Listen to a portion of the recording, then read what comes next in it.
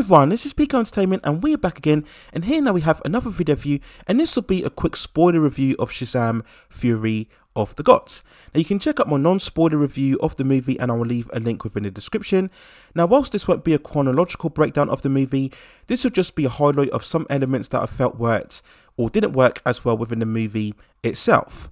So this is your final warning now, spoiler review for Shazam! Fury of the Gods in 3, 2, 1.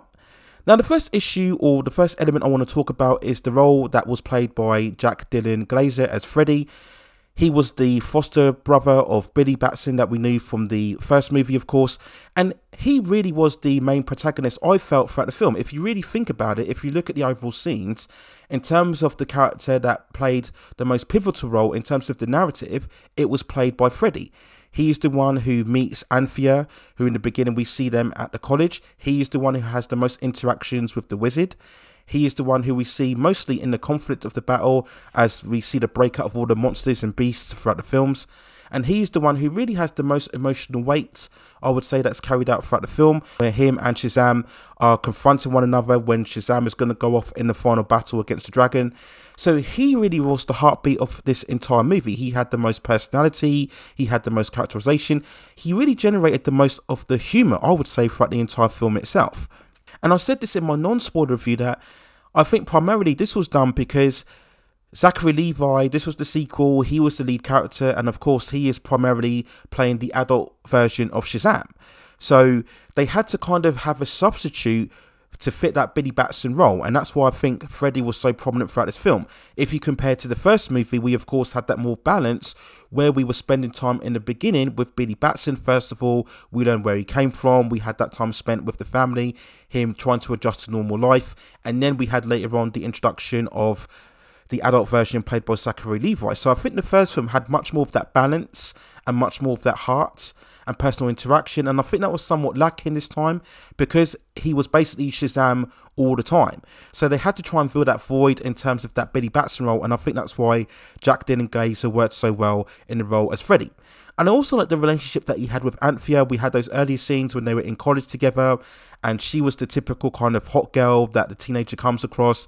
We had the very familiar territory where he's being picked on by those two bullies, and they knock down his crutch and they want to put him in a dustbin, and this is very familiar beats, and it reminded me a lot of the typical 80s high school dramas that we saw a lot, and also most recently with Spider-Man Homecoming, where we covered kind of the same territory where we had Peter Parker going to college and he's meeting MJ and he doesn't know how to approach her.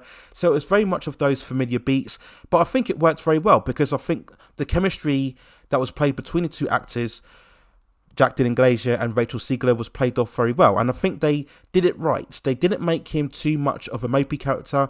Yes, he complained a bit about the fact that he didn't speak to a lot of girls, but they didn't play on it too much. They didn't make him too much acting. They didn't make him too much of a depressing character. And this is what makes him probably the most rootable character out of the whole film. We then talk about the daughters of Atlas, played of course by Helen Mirren and Lucy Liu, and of course, as was revealed later on throughout the film, the third daughter, Anthea. To be fair, Helen Mirren and Lucy Liu did the best that they could. They didn't really have a lot of material. These are very much of your typical characters where you had the more experienced, wiser sister in Helen Mirren's character, and then you had the much more rebellious, vengeful-seeking character in Lucy Liu.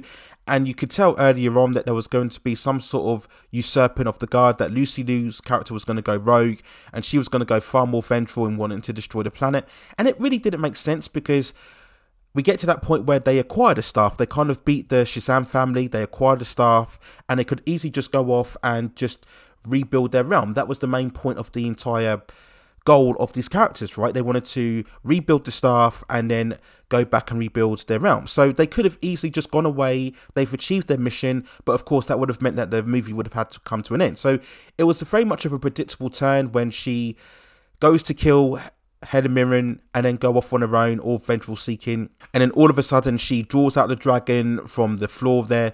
So this is when the film was kind of going into very much generic and familiar territory, where we had all of the monsters breaking out, and there wasn't a lot of depth to Lucy Liu's character. So I don't really blame Helen Mirren or Lucy Liu if the characters were lacking. I just think it was the way it was written. Now, of course, Rachel Zegler's character, because she had the opportunity to bounce off Freddie, she did have far more sympathy and empathy because she was realizing that they were going too far and she was trying to stop them. So she had a bit more heart to her character. I think both the actresses tried to do as best as they can within the very limited material. So we then talk about what I mentioned in my non-spoiler review, which was the biggest flaw of this movie, and that was the overloading in terms of the CGI. We've seen this far too often in superhero films now, and I think this is one of the biggest reasons why we are seeing certainly a decline in the box office returns. We've seen this recently with Black Adam and of course Ant-Man and the Wasp: Quantumania, and I think now it's getting very tired. People have raised the issue of superhero fatigue. Is it more about superhero fatigue or is it bad movie fatigue? And I think in terms of bad movie fatigue, what's going wrong is that we're having these extended sequences of explosions and CGI monsters and beasts, and it goes for at least 30 minutes to 40 minutes long, and it's been this way probably for the last 8 to 10 years in terms of these big blockbuster movies. And the biggest issue is that you're not setting up the sequence, you're not creating that sense of tension or suspense. It's just things happening on screen, and it's all very frenetic and chaotic, and you just end up being disengaged because you're not drawn in. There's no real suspense. You're not really getting the audience on the edge of their seat wondering what's going to happen, because let's be honest here, especially with the child-friendly tone of this film, we kind of know everybody's going to make it. There's not really going to be any character death within the Shazam family. So that already takes away the sense of stakes or tension as we have all of the big carnage happening throughout the entire movie. And it just went on and on and on, and we have all of these minotaurs and dragons flying around everywhere. And there was one really ridiculous sequence where we had one of the Shazam family who was able to connect to the unicorns. For some reason, the unicorns are very pivotal in the final battle, and she's able to control or connect with the unicorns by showing them or feeding them Skittles, because that's some sort of substitute for ambrosia, which is one way you can connect to the unicorns. And it was completely ridiculous and in many ways unnecessary, right? Because why do we have to have them connecting with the unicorns? And this was, I think, a way of them trying to keep the Shazam family somehow important to the battle, because at this stage they had been stripped from all of their abilities. So essentially they're just like everybody else. They're just trying to run away from all of the monsters in charge. But you could have taken this sequence out and focused a lot more on having a one-to-one battle with Shazam. We had that other sequence when Lucy Liu is controlling the dragon, and they're underneath that bridge. They're attacking all of the civilians. Anthea is under threat now because she's had her powers taken away, and Freddie comes to her rescue, and then the dragon is confronting them, but then the dragon doesn't kill them. It's roaring and it's lighting up its mouth with the blue energy, but it doesn't kill them. And they're screaming and the dragon's screaming. And again, this is just another example of how you're having this action sequence and it doesn't really go anywhere. You're kind of just filling out time, almost as if you've been given a mandate to have this 40-minute action sequence, so you need to find excuses to keep the carnage going. That was just another example of how you're dragging out these action sequences, and there's no real investment, there's no real suspense, there's no real excitement. It's just, again, explosions happening on screen, and I think this took away the personal stakes that we could have had throughout this film. We'll just quickly note about Zachary Levi, who I think a lot of people have liked his interpretation of the Shazam character. And yes, he's a very bright, very likable type of personality. There's nothing particularly wrong with this interpretation, but I just think this time his kind of routine was overdone a bit. And because he's the lead character, he has to have the most lines, the most dialogue, the most scenes. After a while, it just gets a bit derivative. It just gets a bit boring, the same, you know, he's constantly nervous and making all of these jokes and one-liners. And I said in my non-spoiler review, and I think this is probably an issue with the first film itself, is how Billy Batson is much more of a together, mentally disciplined character when he's in his teenage phase than what he is in his Shazam phase. The whole point, or the whole idea of this, is how it's a kid's personality in an adult's body. You know, we go back to Big with Tom Hanks, right? How he shared the same personality when he was an adult as to when he was a kid. So it just never made sense, either in the first film or the second film, why Billy is more immature in his Shazam-like personality. And it wasn't enough to fail the film, but it just got a bit annoying after a while. Then go on to how the movie ended, and we see how they've defeated Calypso and everything's back to normal, and then Billy dies, and the climatic battle against the dragon. And again, some of the effects were very good. I like the sequences when he's transmitting the lightning in the sky as he's charging up. And there was a certain intensity, so I did like how the final battle was displayed. Again, it was a bit overdone. Sometimes you couldn't make out exactly what was going on. But at the end, Billy gives up his life. We have that sacrifice. And then we have the first cameo appearance, which was already spoiled in the TV spots, I believe. I don't know why they did this. It was rumoured anyway. I guess if you follow these movies and the build-up, we kind of already knew that Gal Gadot as Wonder Woman was going to make an appearance. And we see that at the end of the movie when she comes in and she revives Billy to life. And yeah, it was very forced because we see her show up and we have that Wonder Woman theme playing, and they play it so loud. They do this all the time throughout her film and also the Snyder Cut version. It's just a bit forced, and then she comes at the end and she somehow revives everybody at the end. Yeah, I just think it was a bit heavy-handed. Again, it raises the question, as usual, with these shared universes. Why didn't you call Wonder Woman before? She probably could have helped solve this crisis in 10 minutes. Rather than having her just show up at the end. It was a bit similar as to what we saw with the Black Adam movie, where you had Superman show up at the end. Where was he when we had that crisis before? Why didn't he show up? So that's the eternal problem you have with these shared universes. And again, if you don't do a good job in providing explanations, it's just going to raise confusion. But I suppose this was at the end of the movie, so it kind of really didn't matter at this stage. But she revives Billy, and then the family is all together. We see the wizard come back. He's back to normal now, and he takes the stuff. So it's all very light-hearted and fun and happy ending towards this movie. And then we had the end credit scene where we see the Justice Society. Again, I don't know how that happened, where we see Hardcore and the other agent guy coming in from the Peacemaker team, and they want to recruit Shazam into the Justice Society. Again, when exactly did they join the Justice Society? I'm not sure. I'm sure that wasn't hinted in the Peacemaker television series. They were still part of the more underground government operations. So when exactly did they form together the Justice Society? When exactly did they join up with the likes of Hawkman and Cyclone and Atom Smasher, if you remember, from Black Adam? I'm not so sure. Again, that wasn't explained.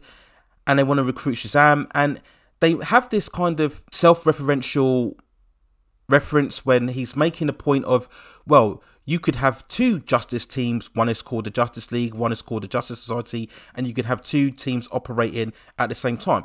And this is very much making reference to the fact that, as we all know, the DC is going to be rebooted by James Gunn's era, and they're trying to have it where they want to reboot with a new universe, but at the same time, they can still have these Elseworld alternatives taking place. And they're trying to have their cake and eat it too. I've stated in previous videos that if they want to do this properly, they need to do a complete reboot, not have any hangover from the Snyderverse. I know we've had this recent controversy regarding James Gunn and discourse online with people calling him out for casting his wife, Jennifer Holland, who plays Hardcore. And this is the issue you're going to have, that if you're trying to be selective by having certain characters stay in the universe instead of just doing a complete reboot, you're going to have this hangover. You're going to have the Snyder fans still picking at it, criticising, why did you keep Jennifer Holland because she's your wife, but you got rid of Henry Cavill, which is what all of the Snyder fans wanted to see. So this is why, again, from this scene, it just highlights the problem again of not having a complete detachment from the previous regime and just go ahead with your whole universe. Again, not really impactful because we know it's going to be rebooted anyway. And then we had the final scene where we had Mark Strong's villain character from the first film. He's in prison because he was defeated in the original movie, and this caterpillar arrives in his jail cell with a plan to break him free from prison. Again, it doesn't really matter because, as we all know, it's going to be rebooted anyway. I very much doubt that we're going to see Mark Strong's character in the second movie, but who knows? This is Warner Brothers. They don't really know what they're doing at this stage. But again, that was the final end credit scene for the movie overall. So there's my really spoiler review feelings and thoughts for Shazam! Fury and the Gods. Let me know what you think in the comments below. Which elements did you think worked best throughout this film, and which elements did you think didn't work best? Let me know what you think in the comments. We will shortly, of course, talk about the box office performance, and the signs aren't looking very good. It's tracking to make 30 million, which is not good at all. Even worse performance than Ant-Man. So we will cover that when we get the final figures coming in. And if there's any other additional headlines regarding the movie, I will see if I can provide further reporting on that as well. But if you have any other further suggestions regarding any other movies or television series or any other topics or issues within the entertainment industry or pop culture scene that you'd like to see me cover, then also let me know in the comments, and I will see if I can provide further commentary for you on that subject matter within the future. Please also hit and like the subscription and notification buttons so I can provide you with more high quality content like this in the future. But that's it for now. Take care of yourselves, and I will see you very, very soon.